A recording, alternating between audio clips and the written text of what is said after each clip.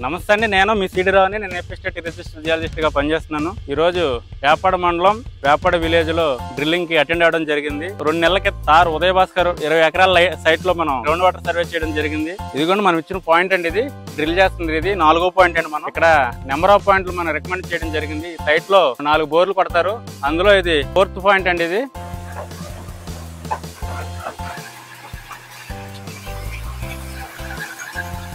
Sir ఉదయ Bhaskar sir ఈ sir site లో మనం సర్వే చేయడం జరిగింది. ఆల్రెడీ 50 అడుగులకే వాటర్ టచ్ అయింది ఇక్కడ.